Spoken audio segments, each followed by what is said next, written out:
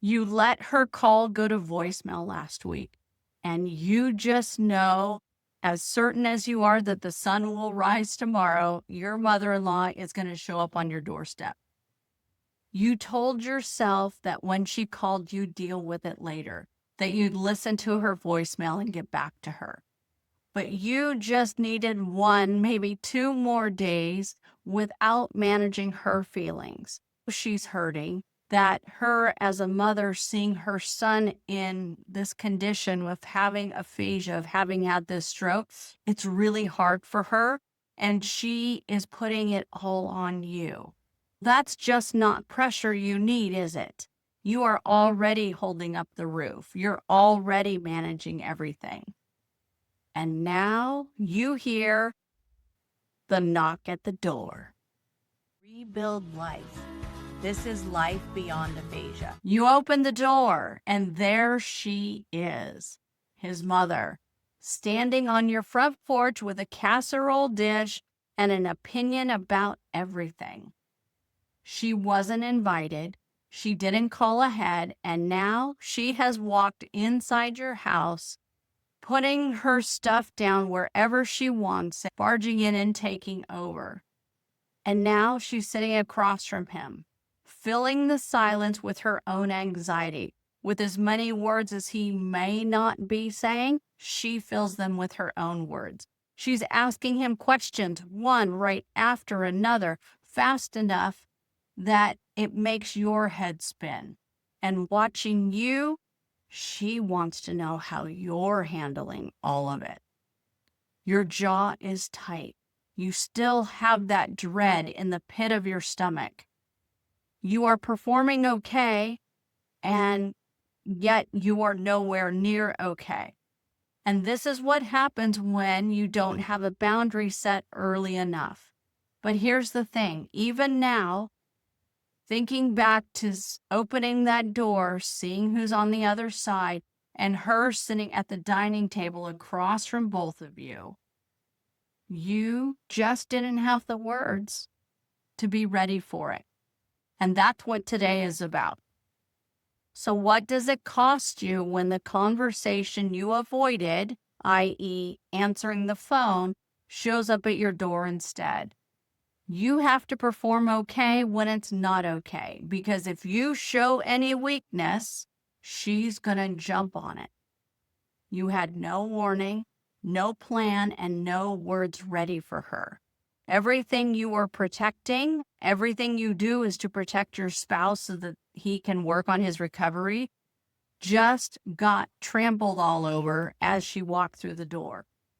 So why do we avoid the boundary until it's too late? You don't want to hurt her feelings. She's grieving her son. But what she doesn't see is that you are grieving your spouse. You are grieving the changes and the new roles and responsibilities, and especially you are grieving being his wife. You tell yourself that you're not going to let her walk over you again. She's not going to be able to do this to you, but you don't have the words ready, so you freeze. Avoiding feels easier in the moment until it shows up on your porch and you are confronted with it. So what does an unannounced visit actually cost your person with aphasia? And this is the one that nobody talks about. He also feels like he has to perform. Maybe it's not the mother-in-law. Maybe it's his brother that shows up unexpected at the end of the day. And maybe this was a therapy day, or you had appointments and you've been out of the house all day. And all you wanted to do was put your feet up and watch some mindless TV. But now both of you have to perform for the brother because you don't want to push him away because he is here to interact. And you know that you both have been so isolated, you don't want to lose that opportunity. So you rally. Your husband's brain was already working hard to just get through the day. And these unexpected social situations will deplete his gas tank faster than anything else you've done in the day. Gas tank is running on 7/8 empty. That means there's 1/8 left. And then when the brother shows up or the mother-in-law shows up, that gas tank is going to go to E quicker than anything else. When we think about capacity as a gas tank, we have to take into account the social situations, the communication situations, the errands, the therapy, the follow-through, all of it.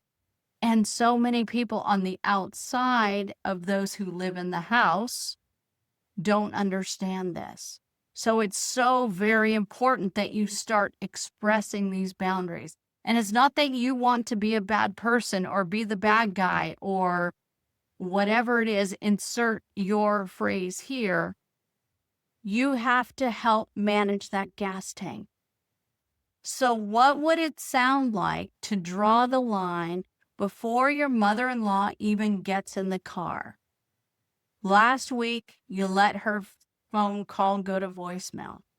What about the next day you text her and say, sorry, I missed your call. We were busy. You don't have to say, you don't have to justify, and you don't have to make an excuse.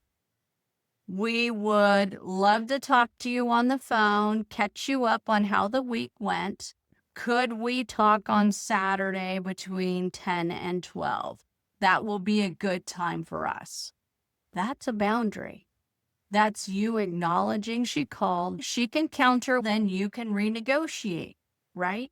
But this is you acknowledging her, reaching out, and also setting a boundary. And one thing I want to caution you, do not say, I'm setting a boundary, because that's going to get another person's hackles up.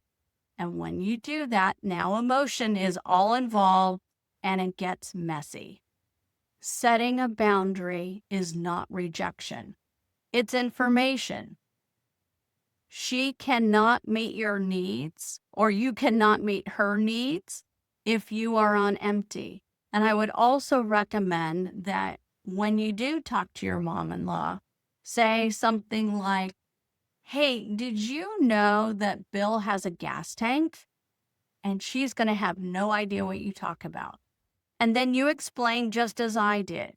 When he wakes up in the morning, his gas tank is mostly full, as long as he's had a good night's sleep. And with every activity we have to do in the day, every social interaction, his gas tank goes down. So catching him for a phone call late at night before he's getting ready to go to bed is going to be very difficult for him. It would be much better if we scheduled times when his gas tank is more than half full. So who in your life needs to hear about the gas tank before they show up unexpected? How do you start to set boundaries on the phone or via text message? Who can you think of right now? I know you have a name in your head. One person.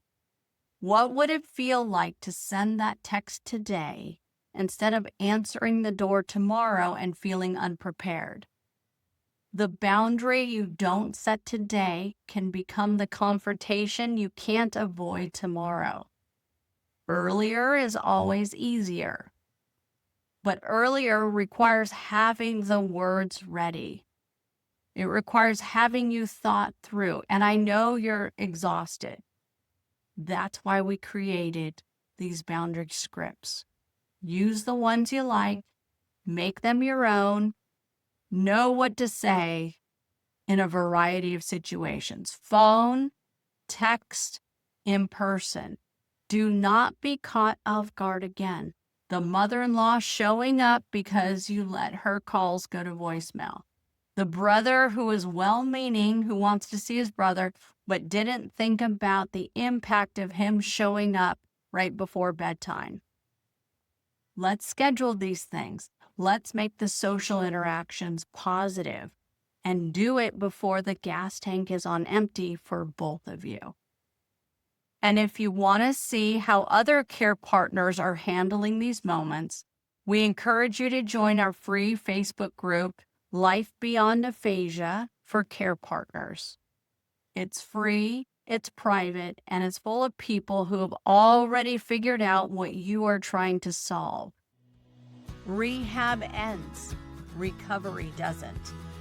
Rebuild communication, rebuild connection, rebuild life. This is life beyond aphasia.